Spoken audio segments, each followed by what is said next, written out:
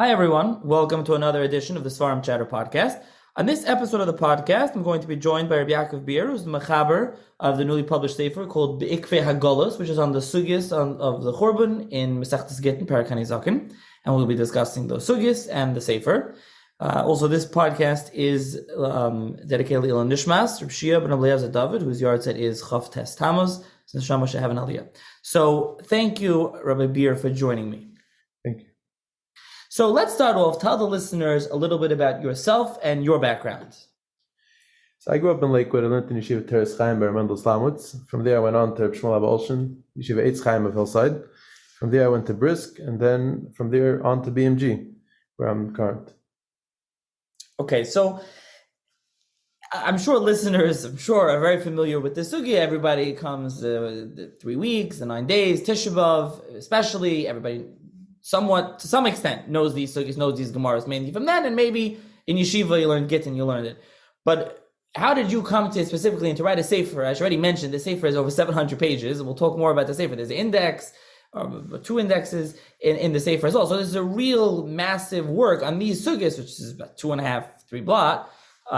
So how did you decide there's something you're going to learn, you're going to write an entire Sefer about? It's actually an interesting question. In the summer, I work at Camp Degel Torah, which is a camp for Bachrim. And about 2 years ago, on Erev Tisha B'Av, during First Seder, the head of camp comes over to me and he says, "We need someone to say a shir tonight." I said, "Maybe come up to me after First Seder and I'll tell you if I can look at these Gemaras. I never saw them before, like everyone else, maybe a little bit." He says, "No, I need to write up the papers now. I need to write up the signs." I said, "Okay, I'm going to do it." After First Seder, I was looking for some svarim to use in order to prepare a shir, and the only thing accessible to me was a Gemara Gittin, nothing else. So I sat down with the Gemara Gittin, and I started learning the Gemara Gittin like I would learn any other Sugya, any Sugya in Bava Kama or in any other part of Gittin. And I made a dik in this Rashi, asked a kasha on that Rashi, shot in a marsha, a musavar to take out of it, and Baruch Hashem, the shir went over very well. And the guys kept coming back the next day saying either how much they enjoyed it or how much they heard about it and missed out on it. And I decided after the summer to write it over. I wrote over the shir, and as almost as a joke, I was meisif a little bit. And I still remember on Sugyos going around to people and asking them, how is it that Nirin Keser runs away, becomes a ger, and he gets a Meor to come out of him? If Radin does the same thing, it doesn't have any Tzitzoyim mentioned in the Gemara. Besides, actually, there is one Gerus there, Meor with his grandson. But Pashup in the Gemara, there's no reward like her Meor. And I remember everyone on Simchas Torah looking at me like I'm a Meshugana. What are you talking about? We're in the middle of the Simchas Torah and we're in the middle of being a Geshmak and happy, and here you're talking about the Churban. But from there, it slowly morphed into a full-time project, which meant going tediously through every single Gemara, and that's how the Sefer came to be. So from there you decided to write an entire Sefer on this. Like I said, it's a pretty big Sefer. I'll mention just one thing. We'll talk about this more later. So interestingly, you didn't print the Gemara in the beginning, like some Talmud now does. They print the whole Sugya that they're talking about, whatever that volume's on, and then you can go into the Sefer. So you didn't do that. But what you did do is you put this, each piece, there's a gray box. I would call it the art scroll gray box. Everyone will know exactly what I'm talking about. You can visualize it. So you put each piece of the Gemara with an ice. It's ice. I'm looking at ice kofei on the Zayin and Aleph, and you have the Gemara, the wording inside of that gray box. So just ask you for 1 second before we get more into the Etzem Sefer. Why did you decide? Was there a reason? You worked with Mechon Alizayis, Shemanowitz on the Sefer. Was there a reason? Was it his decision? Was yours idea not to publish the Gemara in the front and to do it this way? So it's actually interesting that you mention Ali Zayas in the question, because it's actually very relevant exactly over here. There's so much that goes into a Sefer, and I'm aware that you spoke with Ali Zayas once, maybe even twice before, and I'm sure he went through in depth all the different parts and pieces of the process from his end. But from my end, there's so much that goes into it. Someone wants to put out a Sefer, all you know is the Torah you want to say. You don't really know how it's going to sell, how it's going to look the right way. And people like Ali Zayas, they do a great job at, keeping what you want, and at the same time, getting you along the way with the professional advice to exactly what's going to sell. And there's so much that goes into this to make it that it's appealing. Take, for example, the cover.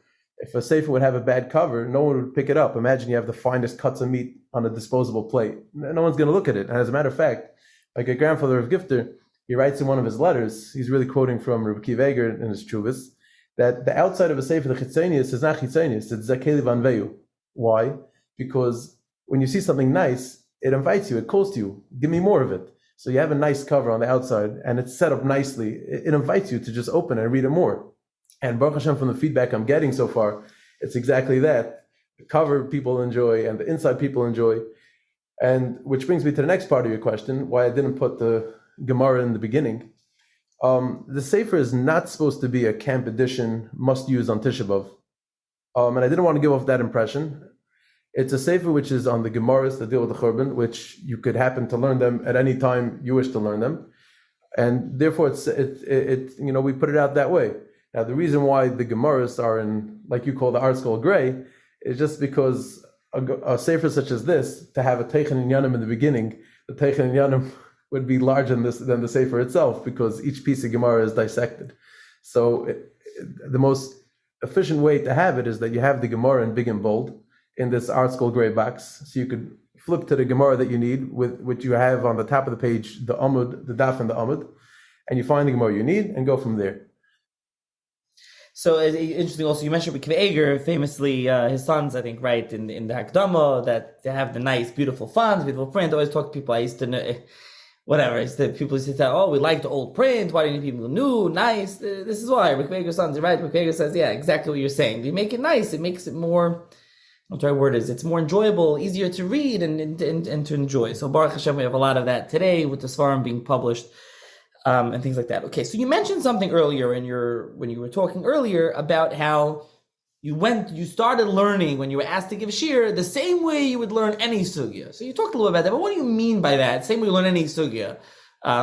There's obviously a difference, so right, learning Agadah to Gemara when you're learning a sugya in second seder. It's not the same thing, I don't think, is it? And really, part of that question is, so what do you mean about the Sefer? Let's talk about the Atzem Toich in this Sefer. What did you end up doing? How do you go about these Gemaras? We'll discuss some concrete examples, but just generally, how do you go about each, the whole Sugya? So typically when you listen to Shir on Tisha B'Av, which is the Shir that I gave, it's more revolving around stories and Musar. For example, on the way here, I was actually just listening to Ramosha Hamnik, who will speak to any Chaim Berliner, will tell you how he used to sit on the lawn in Camp Morris and talk the whole day. And it's Musar being Meishach Yolev. Some will talk about more about the Holocaust or other, things that happened to us throughout the generations, which we know, and this is one of the things we Gifter spoke about constantly, how all our tzaras come from the Churban Abayis.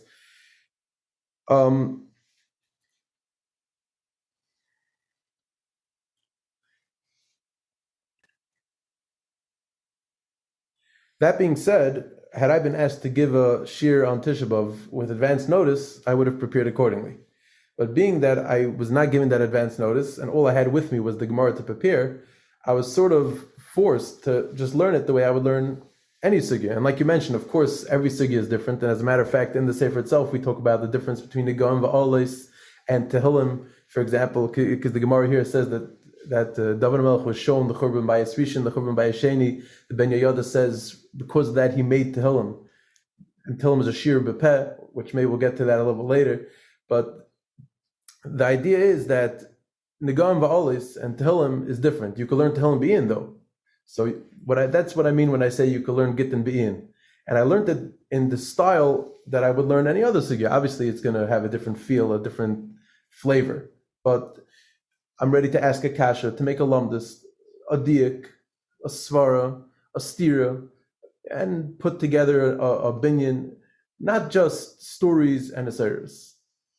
So of course in the Sefer there is inspiration, there are some stories, there's some musar, machshava, you mentioned lumdus, but you're saying it's kind of this all-encompassing and it's not one specific thing exclusively. So it's on, like I think what you mean also is like it's on, like the cover of the Sefer says al Sugyos achor Perek and HY'D. You didn't even write al Agadas, al Agadah. You said it's on the Sugya. These are Sugyos in the Gemara, and you went through them every derech paradise. Well, not paradise. I don't know if you do the so in there, but al derech every which way you basically go through these Gemaras. So maybe you can give just some general examples, and we can discuss some famous Gemaras or some less famous Gemaras in the Sugya. of different examples of how you went about these different ways in the Sefer. Yes, definitely. Like you mentioned, the fact that it says al Sugyos Churban, it was something that was spoken about and debated, and exactly how to package it right that the eye should see it and get the point of what the Sefer is about.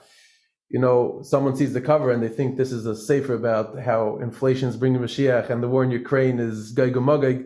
That's not what the Sefer is about, and I wanted it to be clear. Another example could be that you'll see the Sefer is written in 2 columns. It's not written in Rashi letters, it's written in a nice, more clear font, but it's written in 2 columns, also to give you that impression that this is about learning the Gemara and not so much stories and Musar. But like you said, definitely, Musar is definitely involved. And let's take the case we started talking about before, which has a touch of Lamdus, but also Musar. So we mentioned before this Ben Yehoyada that says that David Melech made Tehillim in order to protect Klal Yisrael throughout the long Galus. If you take Edom and Bavel, the Gematria that is 85. Peh is 85.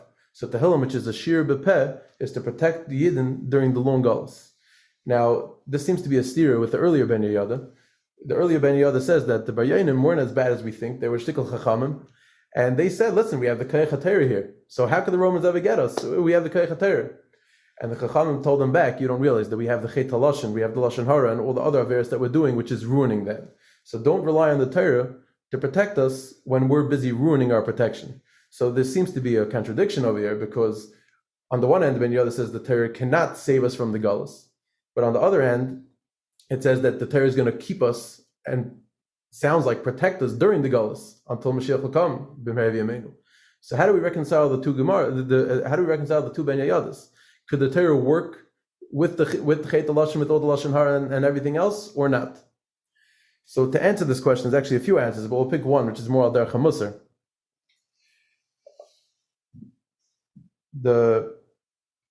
It says in the Kinnis, which is really coming from a pasuk in Eicha, Schiu mois hasimuni b'kerev chavere, which is that besides for actually killing us, something our enemies seek to do to us is to degrade us. And when you degrade a person, you could almost not kill him because he's dead already while he's alive. And perhaps that's also what it means, nechshavnu ketzayin tivcha. And we say, which is what the Gemara mentions over there, but we say, let's say in davening and tachnun, nechshavnu ketzayin. What are we talking about, nechshavnu ketzayin? I'm giving you the optics here and making it dramatic. But perhaps part of what we're saying is that it's not enough that they killed us. They also tried more than that to degrade us and to make us into sheep. And when a person feels like a sheep, you almost don't have to actually carry out the killing. He's almost dead on his own. So what's the way to save ourselves from this? The way is the next part of the pasuk, which is when we realize that Yisrael v'Reis of Kodesh Baruch Hu Chadu, and we're always connected to HaKadosh Baruch Hu. No matter what someone tries to do to us, they can never take away from us our inner feeling of Cheirus and our inner feeling of connection to HaKadosh Baruch Hu. So the antidote to Schiu Moisa Simuni, the antidote to the degradation that the Goyim do to us, is by us realizing who we are and who we're connected to. And based on this, we could maybe try to answer the steer of the Ben Yehoyada. Because there's a big difference between the schus of the Torah, the merit of the Torah, and the metzius of the Torah, the actual being of the Torah. So the Bar Yonim thought that the Torah, the merit of the Torah, is going to protect us from the Romans. Chacham said, no, that's not going to work, because the Lashon Hara and all the other Averis are ruining that. But what's keeping us in the Galus is not the merit of the Torah, it's the being of the Torah. Because as long as we have the Torah with us and we're connecting with that, no matter what the Goyim put us through, no matter what they do to our bodies and to our possessions, they can never get to our neshama. They can never get to our actual being inside. And we've seen this, I bring this down in the Sefer, but we've seen this many times and heard all the stories about how in the Holocaust and all the other times of Tsaras and Klal Yisrael, how Yidden clung to their belief and were able to pull through despite the odds, no matter what the Goyim did to them. So I think that's an example of something which is a alumnus, a steer and a Ben Yehoyada, and answering it up with a bit of a musar. Interesting. Now that teretz, and this gets to another question I was going to ask, but I asked it here already. In this Sefer, you obviously bring a lot of Akaris, Ben Yehoyada, Maharal, Marsha, and many others. Do you also say your own pshatim or answer up pshatim like that? I assume that comes from you, then answering the steer Ben Yehoyada. Do you mechadish a lot on your own in here? So the Sefer is not, I would not call this a Likud Sefer. If you go through the entire Sefer, you will, on the way, get to a nice likud of many different mefarshim on the sugya, and I think it's pretty comprehensive, and you'll get a nice amount. But it's not set up like a likud, and it isn't a likud. It's about learning it up, almost as if I would have put out a sefer, like we said before, on Bava Kama. Just the sugyos are different, the sugyos of Agalata. So obviously, and really just to explain how how the structure was really structured, is I started with the Gemara, Rashi, Taisus, went to the Mashal, Maram Shif, Maharal, Ben Yayada, the R Yaakov, and the Mefarshim on the R Yaakov.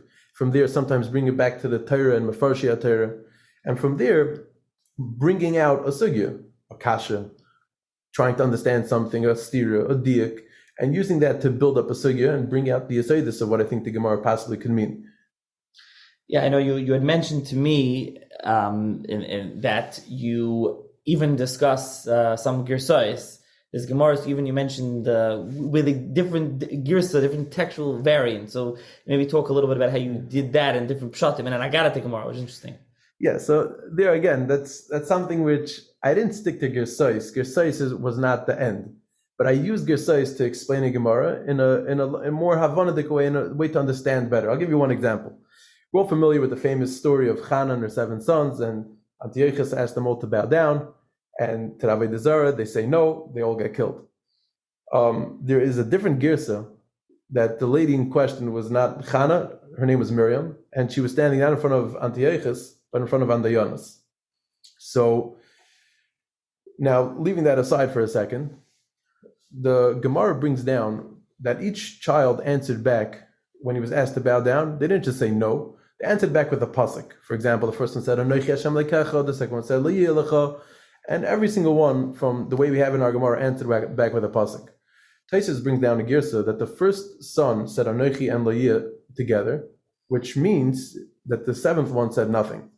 So to explain a little bit possibly why the Gemara in front of us would have that each one of the 7 sons said a pasuk, and why Taisus gives us and not like that, it's possible to be told that in who are the people we're talking about. Because if we're talking about Channah and her 7 sons, it makes sense why everyone had to say a pasuk. Why is that?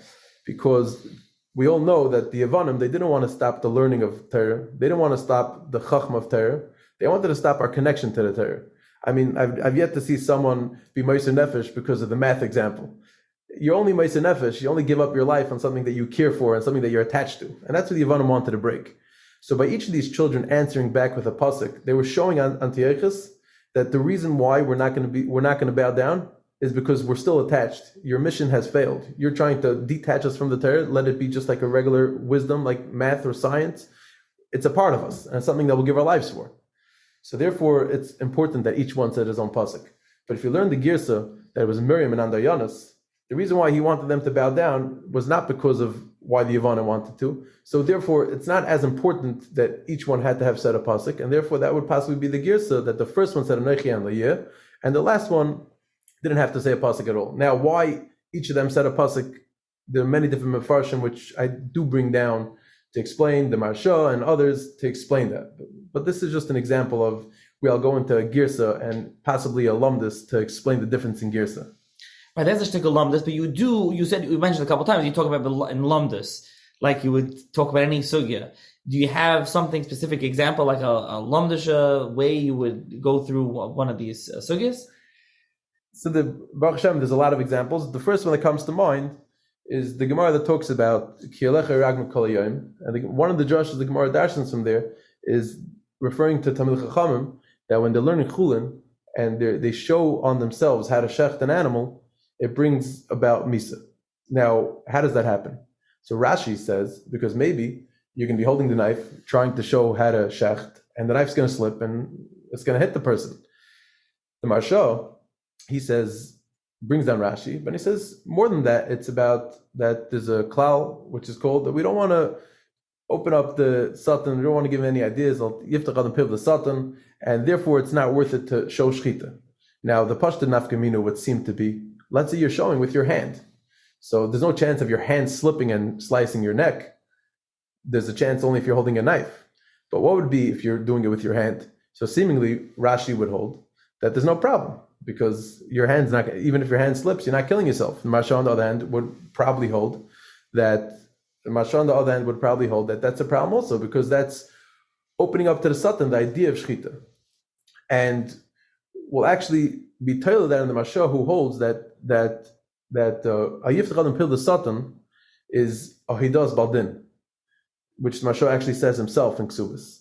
So therefore, because it's Ahidas Baldin, even if you're not in the actual matzav of the sakana right now, but because you're being moeded it, so you're still bringing it on yourself.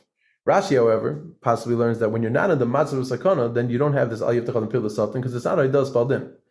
So therefore, if you're doing it with your hand, it would seemingly be okay. Now, I go on to explain why probably not like that at the end, but that's a whole long piece, and let's just keep this short. Interesting. I think, so there are even some sugyos, you even sometimes get into some halachic discussions over here, right? Even, is that true also? Yes. For example, when I'm talking about the yitush in Titus's head, so it says kivin the dash, meaning once the yitush got used to the sounds of the people banging with the hammers, it kept on going and it didn't get disturbed by it. And there's actually some halachas which we learn out from there. One of them being that when it comes to Tekiah Shofar, we don't want you to blow during Chodesh El for 30 days straight, because then it's going to come Rosh Hashanah and you're not going to get awakened by the Shofar. That's actually one. And there are also other examples as such, and like we said earlier, this is not a halacha sefer, this is just learning up the sugyas, so it comes in sometimes, and whatever I felt the sugya needed and how I learned it, that's really what I tried to write. So we'll get some other examples, but you mentioned there, we should pick up on, you mentioned the yitish, the fly, the gnat that went into Titus' his brain, so that you there's obviously, I'm sure, I'll put this, I'm sure many listeners are probably familiar with the famous discussion, controversy, machlokes between the Maharal and Meor Eynayim, Mazari de Rossi, which Maharal putting in the Cherem, and this is the famous controversy, scholarly discussion. I actually had a podcast episode I did a while back with Joanna Weinberg, who translated the whole Meor Eynayim, and discussed it on there. But this is something that you discuss in the Sefer. So talk a little bit about this Gemara. This obviously, those that are familiar with it are familiar with this, obviously, with this discussion. So, and I know you do discuss this. Yeah, so it's interesting. The way I came across this controversy is, if you look in the Mefarshim, there's actually two different approaches to how to explain the Yitish in the Moich of Titus. Do you explain it just that it was a nace, miracle, and even though things don't make sense, it happened anyway? Or do you try to fit it within the laws of nature? So you see Titus tries to fit it within the laws of nature, explaining how it came in through his nose and it didn't make him into a treifa. That's how he lived for longer than a year. So then all of a sudden you find the Maharal saying about Azariah Daimi and going to town on him and saying all sorts of things. Why is he different than Titus? He's just trying to work things out in the laws of nature. And I actually asked this question around to many chashuv people, including them Reb David Magid, Reb Shalom Kamenetsky, and others. And the consensus seemed to be that there's no problem with asking the question. The problem is how you answer. If you want to work out in the laws of nature, how it fit, go ahead. But if you're going to start to say that everything is just a hamtza, and it doesn't really mean what it means, that's already dangerous territory. And actually, speaking of that, it brings to mind just a conversation I had yesterday where I met a friend of mine, and he tells me, he said, the amount of people that were killed, it doesn't make any sense. I one time sat down with a calculator, and my calculator started making errors with the amount of people. So, which seems to be right. It's hard to believe how many people were killed. But it's actually brought down, someone one time asked him this question. And he said, is it really true? And he was not happy with this person. He said, Chazal said that this is the amount of people that were killed. This is the amount of people that were killed. And on the bottom, they bring down that in front of the Chazon Ish, there was a Talmud Chacham who asked a similar question. The Chazon Ish was makbid that he should not touch any wine. His wine, he considered like Yain Nesach. When Chazal say something, they mean it. So that's actually very interesting that, to note how it's very important that you could be from the camp of Nace, you could be from the camp of laws of nature, but you can't just start saying that things don't really mean what they mean. They don't really mean what they say. And just actually interesting, once we're on the topic, the Ben Yehoyada, he says clearly that it was a nace. So the question that we ask in the Sefer is, Ben Yehoyada is machadish that the Yitish did not become this size when it was inside Titus's brain. It only became this big after they opened his head and it flew out. So the question is, if you would say that he wants to work it out within the laws of nature, so that's very understandable. You want it to be that it worked that was in his head, and afterwards it got big. But if he already says that it was an ace, so why is he coming on to this? Why is he saying, oh, it only got bigger afterwards? It was big inside. Who cares? It was an ace. So I think the answer possibly is in this moral derech pshat that the Gemara says that HaKadosh Baruch Hu told Titus that the creature that's going to conquer you is the smallest of the small. It's the most lousy, small creature that whenever we're trying to, the Gemara says when a person becomes a balgaiva, we say Yitish kadmacha, the Yitish came before you, and that's enough to put you in your place. Imagine they would have opened up Titus' brain and find this creature which they never saw since Sheshimei Bereshis. What would the message be? So perhaps the Ben Yehuda is saying that they had to open up his brain and see the little small Yitish that conquered Titus, and afterwards it got bigger for all the different Ramazim that were in it, and Ayin Shaman, the Ben Yehuda, he goes through all the different Ramazim. But it had to actually be that it was small inside his head and got bigger afterwards. And just another example of the Sefer we mentioned, Musar, there's actually a Musar takeaway we take away from this Gemara, which is that one of the tricks of the Yetzer Hara is he's always trying to be memayit, always trying to minimize the aver you do.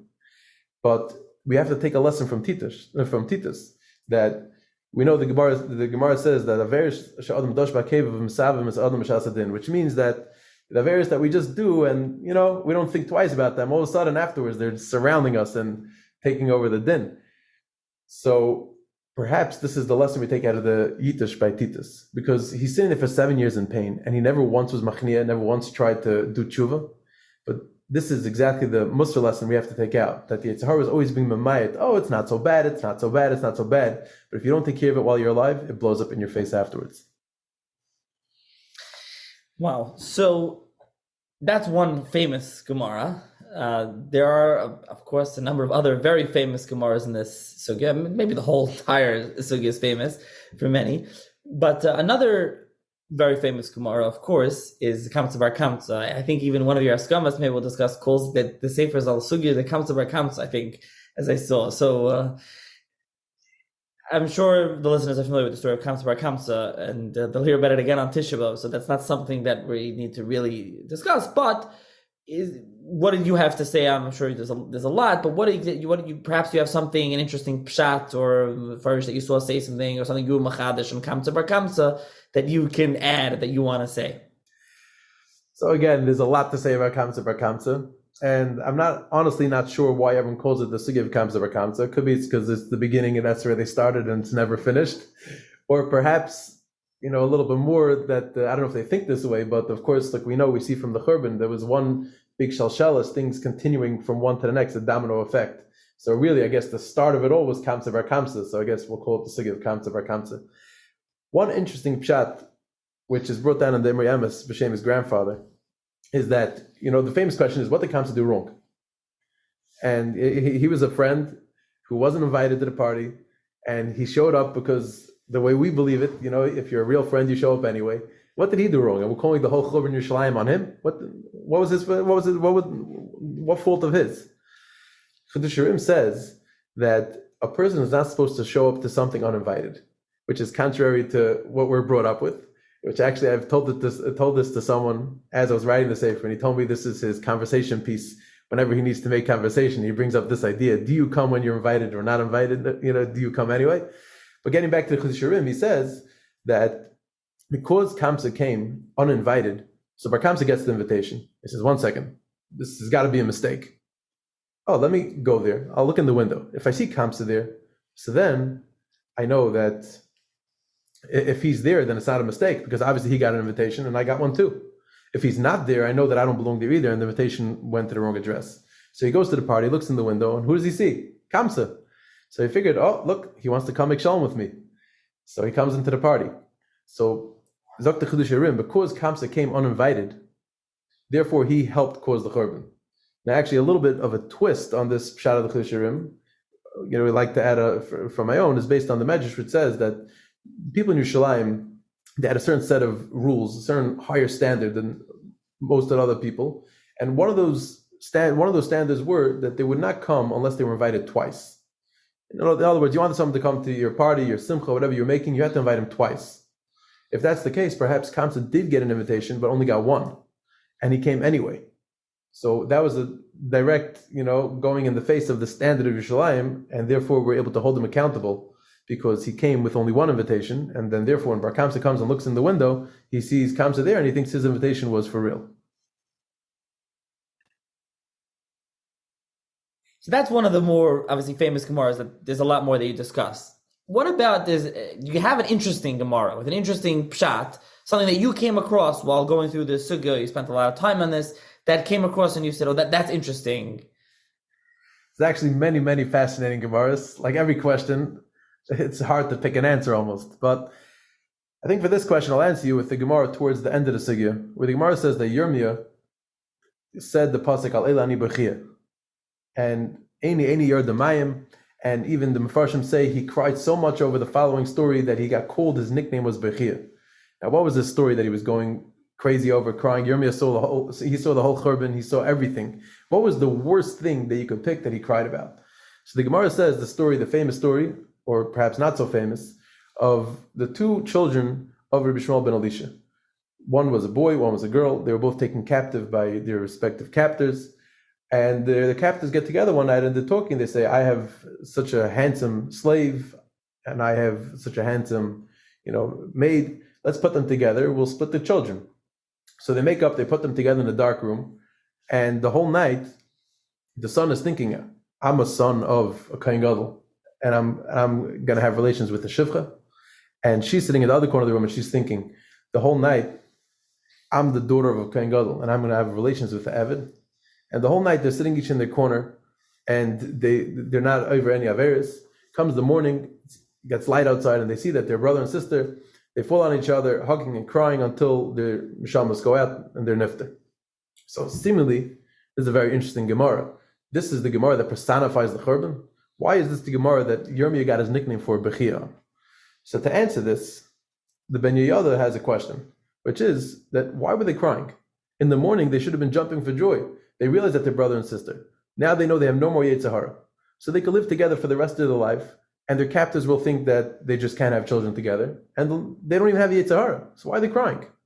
So Ben Yehoyada says a fascinating idea, that they were not crying because of their Yetzer Hara, which they thought they're going to have to live with. They were crying because he was saying the whole night, HY'D, that I spoke about a Bas Kohen Gadol as a maid, and she was saying HY'D, that the whole night I was talking about a Ben Kohen Gadol as a slave.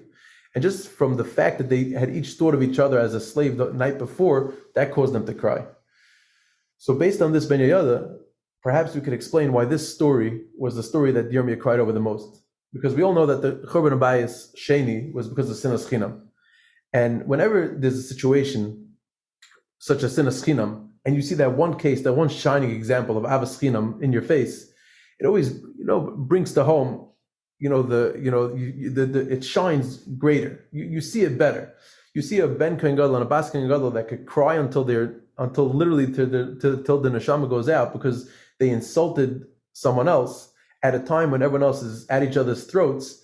That's a shining example of Avas Chinam. And Yirmiyah said, would only all of Klal Yisrael been like this, we would never be in this place. We would never go into Galus. And that's why he got the name Bechia.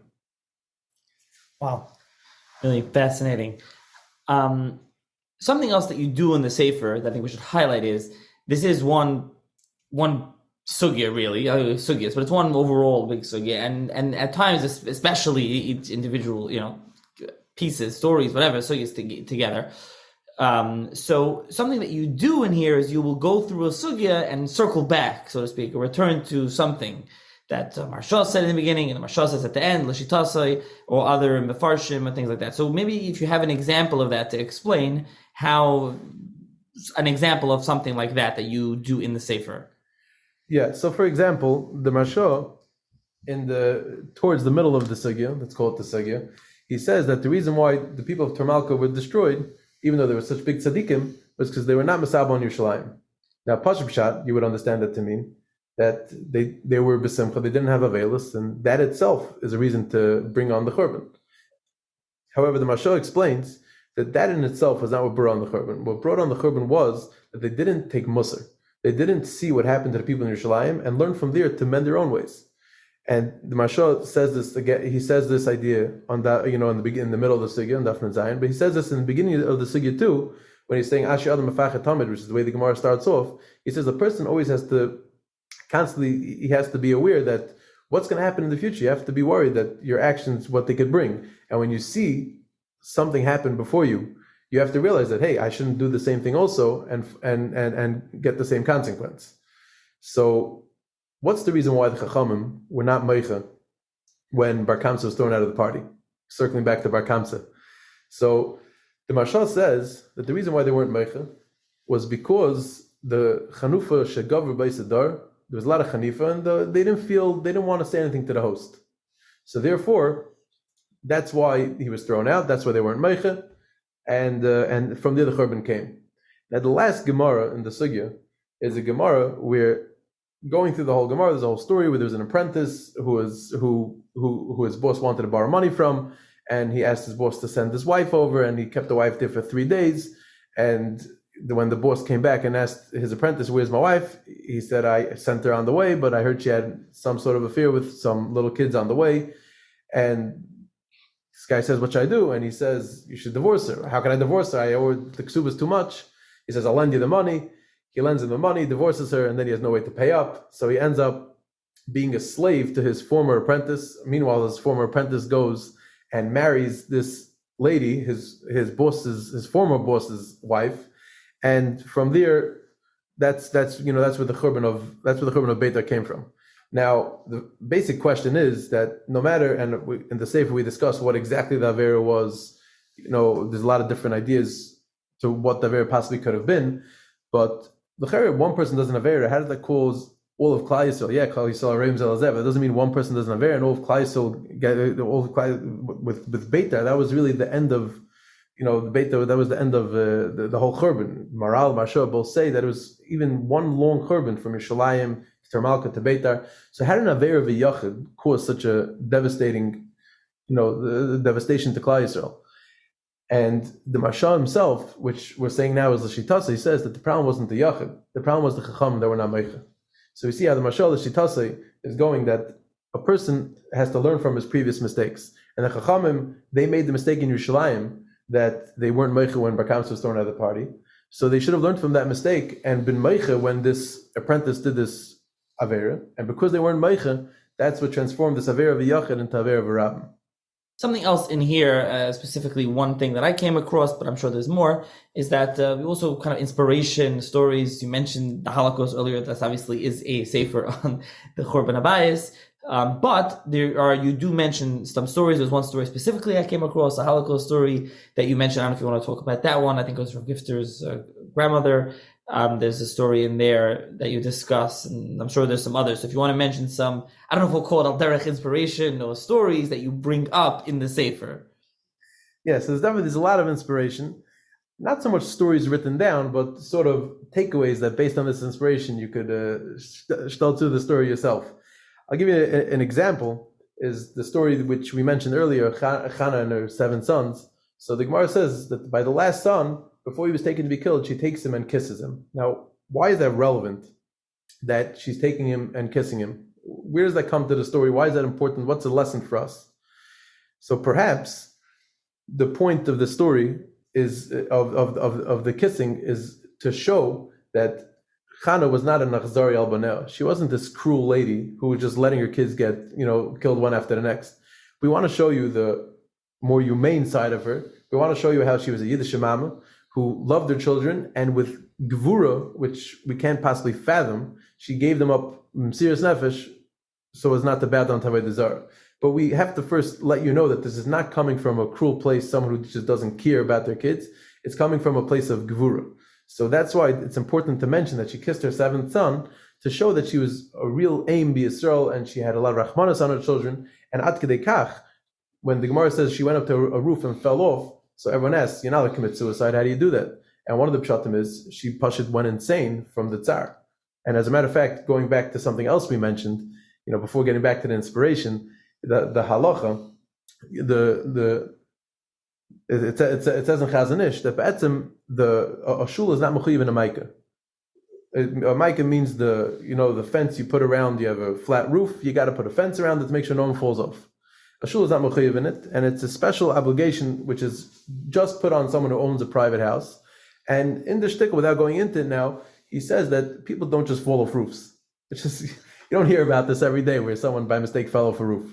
So where we bring that idea to here is that from the fact that Channah was able to fall off a roof, you see how much anguish and how much tsar and possibly even insanity she went through just from watching her 7 children. It's coming from she had so much rachmanas on her children, and at the same time she had the gevura, which we also mentioned came from Avram Avinu when Ma'is Avasim Labanim, when he brought Yitzchak to be to the Akedah. She was able to still be makar them and be Ma'is Nafshel. Now we didn't bring down the story, but it's a very good application. The story, which I think by now is written in more than one place, with my great grandmother, who was the wife of Shmuel Zalman Bloch. She and all the ladies and all the children in Telz were taken to be killed at the same day. They killed the men separately, and then the ladies and children. So they taken the ladies and children to be killed. And my great grandmother, Rebbetzin Luba Rochel, Bloch, she goes over to the guard and she says, "Listen, I'll make you a deal. If you kill me last, I'll tell you where all my valuables are hidden. You'll be able to take everything." Obviously, this guard thought of her as a coward and decided to honor her request so as to get the valuables. And they kill everyone. And she's the last one standing. She goes into the pit and she closes her children's eyelids, sprinkles some dust, some dirt on them, gives them a kiss on the forehead, and she says, "Thank you, HaKadosh Baruch Hu, for giving a Yiddish mama the ability to bring her children to Kavi Yisrael." She comes out of the pit, stands up and says to the Nazi, "I'm ready," and they kill her. So such a Maisa also shows you that at the same time that you could be the Yiddish mama, caring about your children and taking care of them, the Gevura, to be able to be Moise Nefesh and to be able to give up your life for Hashem, it's not a steer, it's not a contradiction. It could happen at the same time, which is actually something which is taken from Avram Avinu, which actually, guess Me'inyan La'inyan. So the Gemara by Channah and her 7 sons. So Channah tells her 7th son, "Go tell Avram Avinu that you were only makriv 1. You made 1 akeda, Yitzchak. I did 7. And Reb Shach asked the question, this is not the time to boast. What was her point? What was she saying?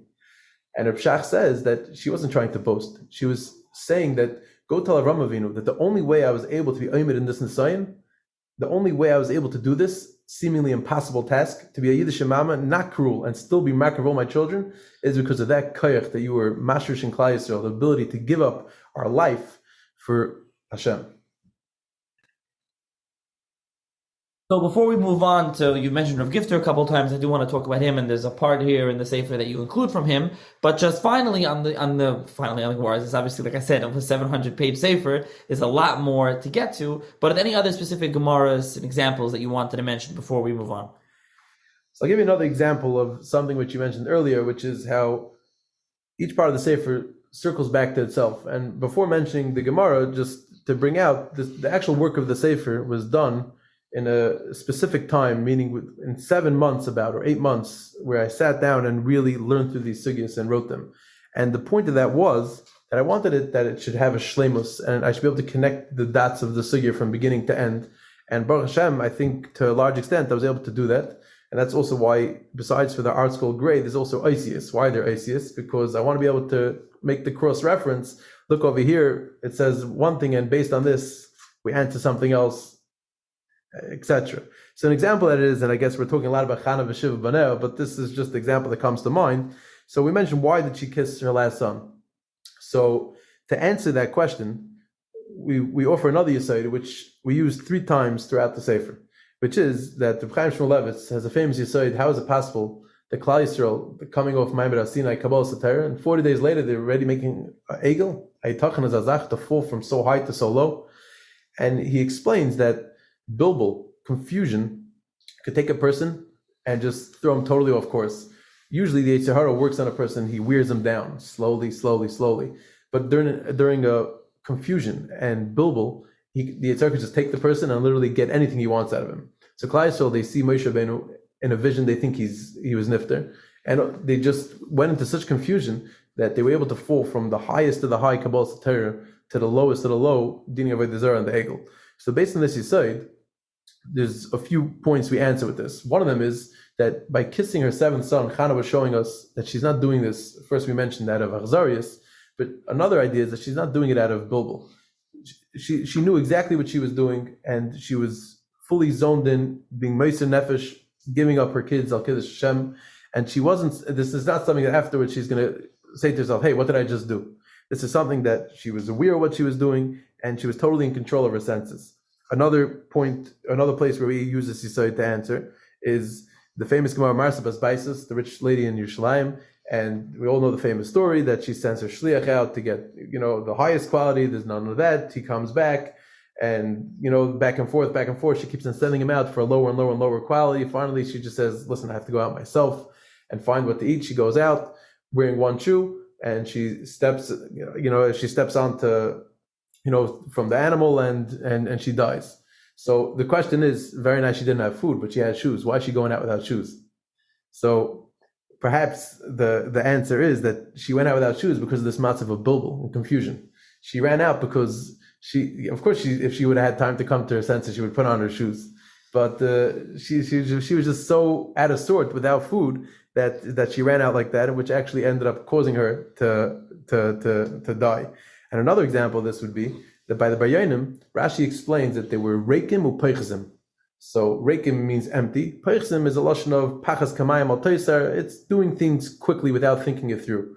So why does Rashi have to say they were reikim? What's the point of reikim? What's Rashi bringing out there? So again, we use this Yisod, and we say that if it were just a peichzim, you don't see that the Bar Yanim were too bad. Maybe they were really tzaddikim who, in a minute of confusion, did the wrong thing. It's important Rashi has to say reikim first to tell us that no, these guys were no good. They were reikim, and because they were empty-headed, therefore they were always peichzim, and they were always doing things without thinking it through. Wow. Okay, so this is just a sampling of the Gemaras that you discussed. So you mentioned that you talk about Rav Gifter. There's a separate kuntras from, it says Misichaisav, kuntras Maimon Mordechai Misichaisav Shal Rav Gifter. That's all in the front. So this is about 50 pages. So you mentioned a couple of times that he's your great grandfather. So that's, I guess, why it's included. But why include it in a sefer on the Churban? Why include something from a gift, even if it's related to you? So that's number one. And number two is, where did you get these from? Were these published before? Were they not? Is it from his own, notes, or is this from just, recorded shmuz? And where's this from? So I'll actually, not in the way of Chachma, answer your second question first. It's just short and more concise. Some of these shmuzin were written in his own ksav yad, and they were transcribed already before. Some of them were written in his own handwriting and were not transcribed, were not written before, not published for the general tzibur. There were some shmuzin which were tapes of his, which I transcribed, and that gets a little bit more of the flavor of the speech, and you could almost hear him talking in it. And as a matter of fact, as I was going through this project, and other times also, different Talmidim of Rav Gifta always said, you have to put a CD in it, you have to have the voice, you have to be able to hear him, just the delivery, the way he said it, and it's true. But by transcribing it, you could get a little bit more of that flavor, and it's because, transcribing, you're reading how he said it, not just how he wrote it for his own personal notes. That's the answer to the second question. The answer to the first question, and it's actually a good question, why did I put the Torah of Gifta in here? And many people had your question, because when you have a sefer that Baruch Hashem could stand on its own, you don't have to add anything more. I definitely wasn't coming to add pages. So the answer really is, like you said, which is the fact that I'm a anical of his. It's a person, I want to be miyachas myself. Torah has been Messiah, Yeshua. It's something where I didn't just pop up out of the woodwork and put out a sefer. This is the Messiah where I come from. And even more so is that Churban is something which Rav Gifter deeply identified himself with, and he bemoaned many times in many different speeches how it's getting lost by the younger generation, and people are forgetting, and people are not really living it. They don't know what Churban is, and he really lived with it. There's a famous story where he was asked, where did you get more nisragish from, going to Kever Rochel or going to the Kaisel? Now, by the way, he did not go to the Kaisel so often, as you'll see from the answer to what he said here. And he said, I know that most people tell you Kever Rochel because everyone can identify with the mother who cries and wants the best for her child. But by me, it's the Kaisel. Why is it? Because I saw Churban. And when a person sees Churban, he's able to identify with Churban Abayis. And as a matter of fact, it's a chazal, but it became closely associated with him, quoted in his name many times, how many times he said it, where Reb Gamliel would awaken from the cries of an almana, of a widow crying over her lost husband, and he would hear those cries, and from that awaken and be Nisar and cry over the Churban Abayis. Because we have to use our own tsaras as a way, as a conduit to see the Churban Abayis. And that's something that Rav Gifta did very much by himself through seeing Churban tells and his family and his friends and all the people he knew and the life he knew destroyed. He was able to really connect himself to the Churban. You know, there's a famous La Halacha, should you listen to music these days or not? He never listened to music because we're in Galus. As a matter of fact, one of my cousins told me he one time brought out a tape recorder and put on the latest Fried song about even Animam and something about, Geula. And right away he jumped. He said, what are you doing? Music? There's no Beis HaMikdash. So that's something that he identified very stark with. As a matter of fact, he always signed off his letters, or a lot of times signed off his letter with Poi Golus Viklev. He was very into that. He lived in Golus. And actually, interesting story I heard from one of his Talmidim who lives in Eretz Yisrael, Aaron Waldman. He said that he lived in Eretz Yisrael when he was learning in Telz, and he would go home Ben Izman and back to Eretz Yisrael. So one time he's about to go back for Pesach, and the Gifter calls him in and says, please, if you don't mind, when you go back to Bnei Brak, where he lived in Bnei Brak, please go to the stipler and ask him, when are you going to take me out of my gullus in America? So they write up the letter, and he goes into the stipler, because of course the stipler didn't hear well, so it had to be written. And he shows him the letter saying that Rav Gifta is asking the stipler, when will you take me out of my gullus in America? Because he's from those that made him move back. He lived in Eretz Yisrael for a few years, and he moved back to America on the advice of the stipler. So the stipler looks at the letter, and all of a sudden he screams, Yeshiva? Yeshiva is nitkin gullus. Yeshiva is not a gullus. And this Aaron Waldman, when he came back to America, and he told us over to Rav Gifta said, Yeshiva is not a gullus. But it's something that he identified with, it's something that he lived with, this idea of Churban and how we have to remember it and not forget it, and also see all the tsaras that we have as coming from that. And as he famously said, when we tell Aval, why are we mentioning Yerushalayim? Because all tsaras come from the Churban Abayis. And it's something that he really lived with. And therefore, I felt that, it's the right thing to include his Torah into this Sefer as such, which is talking about B'Ikvei HaGalus, talking about the stories of the Gemara, how the Galus happened. And as a matter of fact, besides for the shmuzin, which are talking about the actual Churban and talking about Kadeshi tells, there's also one or two shmuzin which talk about, let's say, the Yom Kippur War, or a story that happened in Eretz Yisrael, a very bad story that happened. And I included that for this reason. People saw it and right away asked me, well, what does that have to do with the Churban? I was like, well, if you knew Rav Gifter, if you knew what he personified, that every tzar we have is coming from the Churban, then this belongs together with the shmuzin about the Churban. Although, to be clear, the Sefer as a whole, we mentioned one story and there's some stories, but generally the Sefer is just totally about the Churban and about the Sugyos of the Churban. And here you added a little bit more. And even more so, it's about the Gemaras, meaning the Gemaras, not every single Gemara is exactly about the Churban. The Gemaras go through, whatever the Gemara goes through, that's what we go through in depth. I'll give you one more example. The Gemara says, one of the pshatim in the Gemara is talking about bris milah, which was given on the 8th day. And it's mavur from Rashi and the Maharal that the sakana of milah, which is kielechei ragnu, were killed for this, is the sakana is coming not from the actual mites of the milah, it's coming from the fact that we're doing it to an 8-day-old kid. And I actually bring down over there's a famous question, why was Avram Avinu, we know he kept Kol Terakula, how come he didn't do bris milah before he was commanded to? So there's many different pshatim. I bring down a whole bunch of them. One of the pshatim actually is brought down from the Yalkut Kashuni, who says that based on this Chassam Sefer, that it's based on the Chassam Sefer that it's a sakana because Chassam Sefer says this also, that it's a sakana to do a milah. I'm sorry, let me explain the Chassam Sefer better. The Chassam Sefer was asked, how is it possible to do bris milah? It's a sakana. And he said that we have an idea that the mitzvah protects. If you're doing a mitzvah, you don't have to worry about the danger because the mitzvah is going to protect you. So Yalkut Kashuni said, based on this Chassam Sefer, he said that how could Avram Avinu have done the bris milah before he was commanded? He wouldn't have the zchus of the mitzvah to protect him. So therefore, he didn't do it before.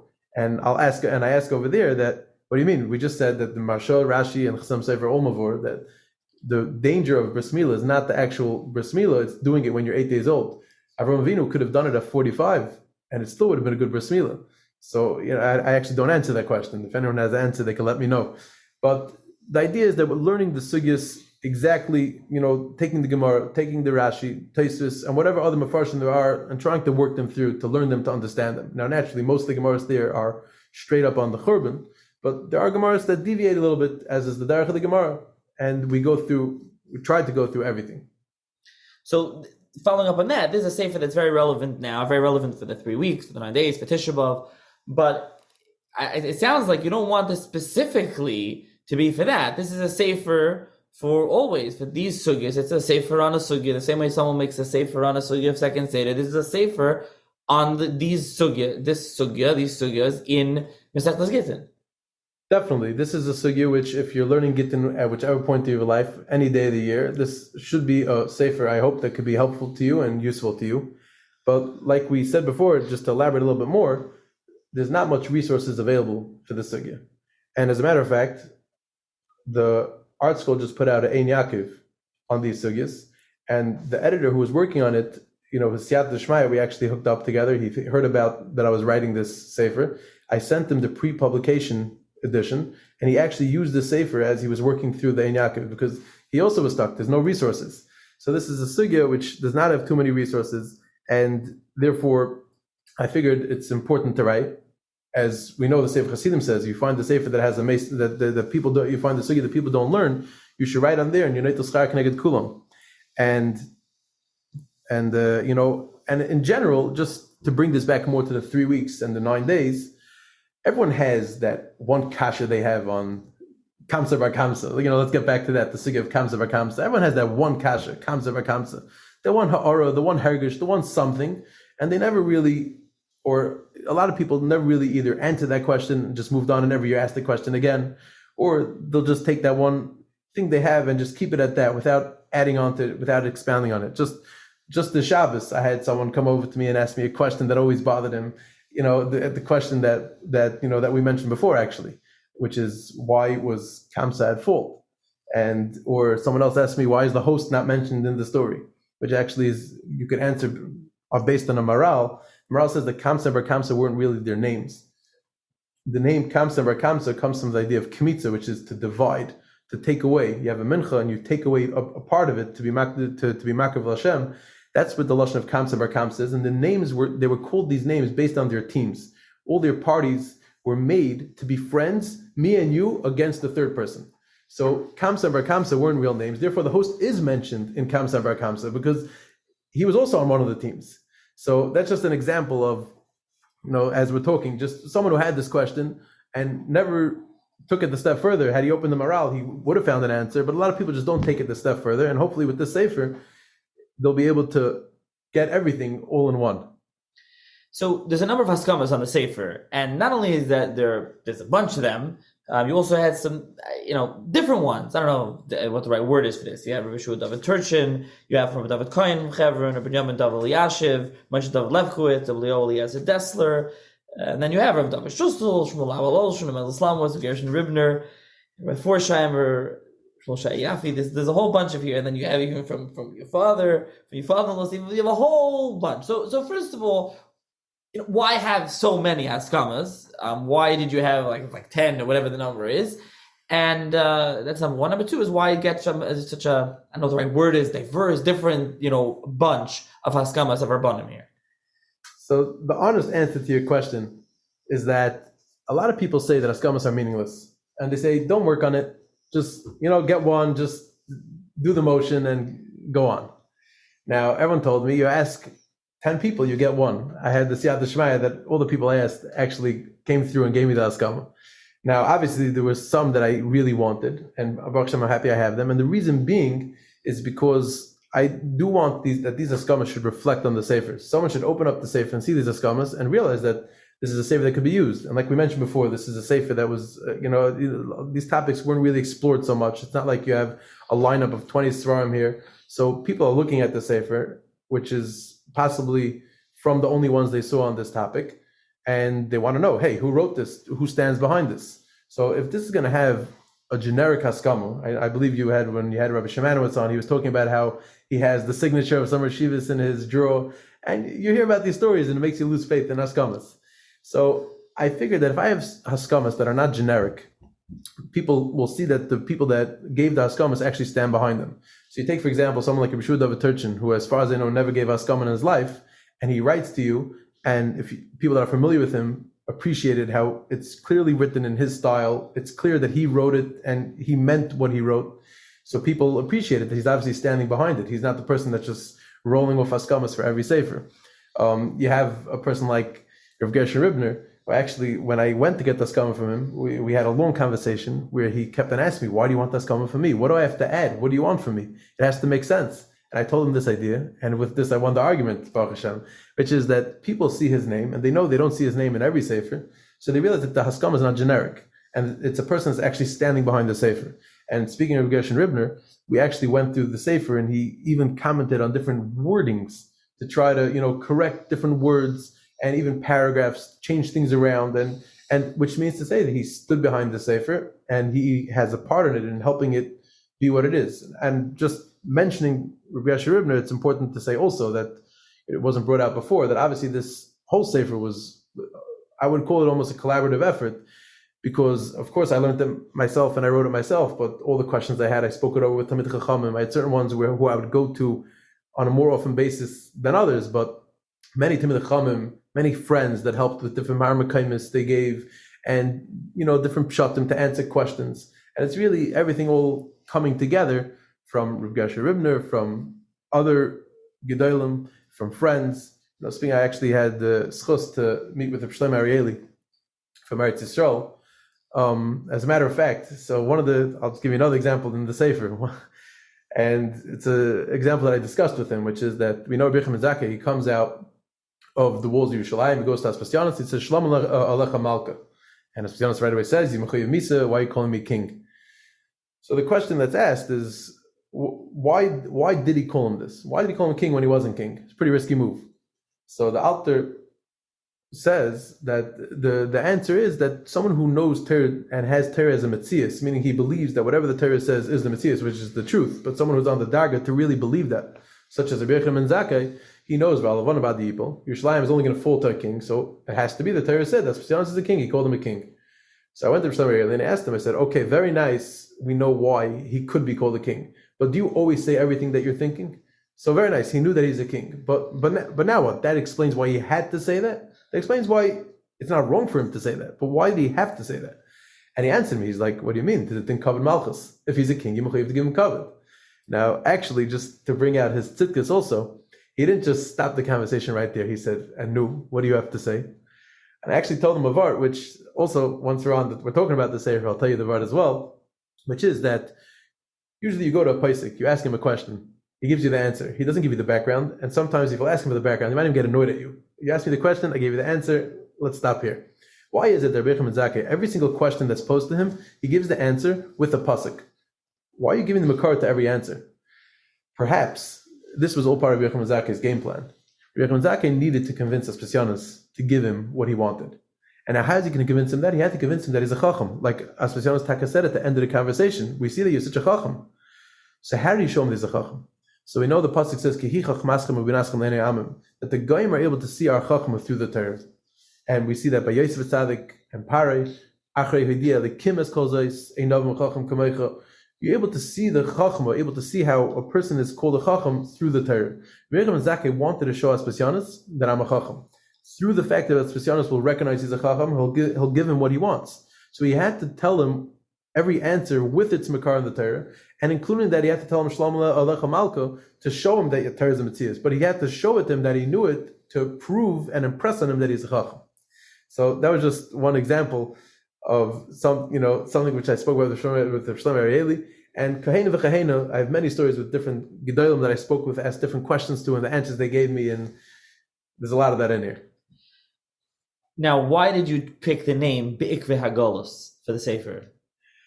So this circles back to what we spoke about before. Everything's in the packaging. Imagine you have a Sefer that the name of the Sefer is Miriam al Sugyos Churban Perek HaNizakin Mesechtas Gittin midaf nun hayim beza daf nun chesed Maharal. By the time you finish reading it's not going to work. So there has to be a clear and concise name which could give off the impression of what the Sefer is. And And I felt that B'Ikvei HaGalus gives off that impression the best, obviously with that little line under it saying Al Sugyos Churban, couldn't stand on its own. But B'Ikvei HaGalus means, Tzilach B'Ikvei HaTzayin, B'Ikvei is a lashon of Mesila, going in the path. And like I speak about in the Hagdama, that if you go in the path of the Galus and you see what caused the Galus, you're obviously going to know how to fix it. And we know Kol Mishlei Nivra Beis Hamikdash B'Yamav Kilo Nechra B'Yamav. If it wasn't built in our days, it's as if it was destroyed. What's the reason for that? Because if we don't correct the issue, then we're as bad as them, because it got destroyed for this reason. So we have to stop it so it can be rebuilt. And the Chofetz Chaim is married like this in the beginning of Shmir Saloshin. So B'Ikvei HaGalus is a way of saying going in the path of the Galus. The Gemara taking us through the story of the Churban, how it happened, and by learning it, we could get an idea of what to correct. And we can see this, and it's mentioned in the Sefer also. Why did Bar Kamtza, he made a mum in the carbon? What kind of mum do you make? Either by the eye or by the mouth. Why those? So Maharal says because. And Ben Yada talks about it, there were mazim that went into each piece. For example, on the lip is like the chet haloshin, or the eye is to show the tzaras ha'ayin. The point is that learning these gemaras brings you through the sugya of the galus and shows you the problems, and therefore we should be able to learn how to rectify them. And actually, just to another point which I bring down in the Agdama also, is that there were some things in this Gemara which seemingly they themselves at the time of the Churban were not even aware of. For example, Near in case it comes, and he wants to know should he conquer Yerushalayim or not. So he shoots an arrow, an act of sorcery in all the different directions, and he wants to see where they're going to land. They all land in Yerushalayim. Now, why did he pick arrows? So the Ben Yehuda says it's a remez to Lashon Hara, which is Yerik Achetz. It goes like an arrow, and it destroys. The question is, he shot 4 arrows. They land in Yerushalayim. The Maharal, they didn't even land in Yerushalayim at all. So what kind of remez is this? Bishlam, the carbon shows up, Bar Kamtza comes with the carbon, they see the moment Dokin Shabayin, they see the moment Nivs Shabbos Vasayim, and they realize, hey, it's time for us to do tshuva. But this kesem of arrows, they probably, in all probability, did not even see it. So perhaps the answer is, it wasn't even for them, it's for us. When we're learning through these Gemaras, and we see that he shot arrows, we have to learn and ingrain in ourselves that what brought about the Churban was the Chet HaLashon, the Lashon Hara that was spoken brought about the Churban, and that's what we have to fix. So it's the simanim that are B'Ikvei HaGalus that they knew B'Shas Ma'aseh and didn't correct, and it's also the simanim that are B'Ikvei HaGalus which are just for us. And obviously it goes without saying that my name is Yaakov, and my last name starts with the Beis, my wife's name starts with the Beis, so of course they get the Rikech, and B'Ikvei HaGalus made sense. So we mentioned a lot of examples throughout this discussion, and there's a lot of things here that alumdis or halacha or others, and I'm sure there's a lot more in the Sefer. So I'm sure you've gotten asked this, so we'll ask this, and you talk about this in the Hakdama, I believe, which is, most people learn these sugyos on Tisha B'Av. So this is Sefer on Tisha B'Av. How can I use this on Tisha B'Av if there's a lot of things in here that are not only exactly about the Churban? So it's a good question, and the reason why I have a haskama from Rabbi Forsheimer in Lakewood is for this reason. And I went to him and I asked him, could you write a haskama with a psak? And I said, I'm not asking you for a psak that is mutter to learn on Tisha B'Av, because if you write in big bold letters that it's also to learn on Tisha B'Av, I'm going to print it on the front page. Because my point is not that it should be dafka on Tisha B'Av. It should be whenever it's learned. He actually wrote the haskama without writing the psak. I went back to him and he said that obviously one shtickle yeah, one shtickle no, I don't have time to go through the whole sefer. So he told me just leave it the way it is and everyone can figure it out for themselves. Now, which is why I mentioned in the Hagdama, I did mention that most people hold it's aser, and in passing mentioned the shittas that hold it's mutter. And if someone's holding by learning Be'in anyway, based on the Chazon Ish and based on Reb Chaim and whatever, he could definitely learn this also, but I'm not a Pesach and I'm not going there. What I do want to say is that really the writing of the Sefer was really finished last year. This year was just the process of the editing and the typesetting and layout, graphics, haskamos, and all the other things that went into it. So I was thinking that Hashkach Gefir, that Tes Av this year is on Shabbos. And we know there's a machlokes in the Paiskim that on Shabbos, when it's Tes Av, you're allowed to learn on Shabbos. Obviously, there's different shittas. Over here also, everyone should ask their own shaila. I'm not a Paisik, but there are some shittas that hold that either it's mutter to learn till Chatzais or even the whole day. So I felt that as a hashkacha, that on the year that this comes out, there definitely is more reason to be makel. We'll say it like that. More reason to be makel on Tisha B'Av itself to learn the Sefer. Of course, even on Shabbos, everyone should ask their own shaila. I'm not paskening. Okay. Yes, of course. Now, one final question for you is, what do you want people who buy the Sefer, what do you want them to take away from the Sefer? Someone should walk away, they're going to take away from the Sefer. So the first thing I want them to take away, which is something which I hope should be for myself also, is that we all know that Torah is vast, Torah is deep, and Chofetz Chaim is ma'arich to explain how Adam Rishon and everyone else could still be living and still being mechadash Torah, and Chidush Torah could be flying from everyone. Everyone has their own individual chelik in Torah, and even with Adam and Avram and Yitzchak, Yaakov, Moshe Rabbeinu, still someone in today's generation can still be being mechadash in Torah, and it's very hard to be masig something, to understand something which is beyond our comprehension. But perhaps when someone sees a sefer of this size on 2.5, 2 3/4 blot of a galata, they could take from there that if you could do this on a galata, you could do this haskamos on the Sugyos chamuris b'shas, and even in a galata, there's much more room. As much as I like to say the sefer is comprehensive, everyone has their own individual chelik, and they could always be meisiv kashas and terutzim and svaros that I couldn't be masig myself. And I hope that for myself and for everyone, that this is a Musa Sefer Pashit in the vastness of Torah and the depth of Torah. That's definitely one takeaway. Okay. So thank you for joining me. I want to mention, first of all, again, that this episode is dedicated to Nishmas Shir Ben Eliezer David, whose yahrzeit is Chavtes Tammuz, and the Shamash Evan Aliyah. Also, there'll be a link below to purchase the Sefer, and it should be available in Svarim stores. For those interested, who the Sefer is available, and finally we should be zeicha to the Gula Shlema B'Karov, and thank you very much for joining me. Thank you very much.